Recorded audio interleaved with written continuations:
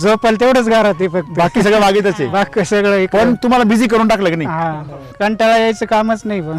बागेत आल्यावर टेम्परेचर सुद्धा काय आहे? आणि थंडावा वाटतोय. तुमच्या बागेमध्ये बाहेरच्या पेक्षा बाहेर जर 40 असेल ना तर आतमध्ये तुम्हाला 35 डिग्री टेम्परेचर, एवढं गरम नाही होत मध्ये. बरोबर आहे ना? नाही. म्हणजे हा एक फायदा आहे. भविष्य काळामध्ये सगळं जग भारतीय शेतकऱ्याचा शेतमाल खाईल, कारण शेतीचं खरं ज्ञान जेवढं भारतात येते जगात कुठेच नाही. आणि पुढे तेच होत चाललं ना. ज्या इस्रायलचे तुम्ही ढुंक वाजवता ना त्या इस्रायलमधले सगळे सायंटिस्ट भारतीय कृषी विद्यापीठांमध्ये शिकून गेलेले. काढा तुम्ही संशोधन काढा उकरून, कृषीचं ज्ञान त्यांच्याकडे भारतातून गेलेले. आज अमेरिकेमध्ये सगळे लोक इस्कॉनच्या मागे लागलेले, कृष्ण आणि त्याची गीता. हे खरं आहे का खोटं आहे? खरं आहे. मनशांतीसाठी, आनंदासाठी, प्रेमासाठी. आणि आपले जर्सी गाय वापरतोय ते आपल्या गिर गाई किंवा इटू ब्राझीलमध्ये सांभाळतात, बरोबर आहे.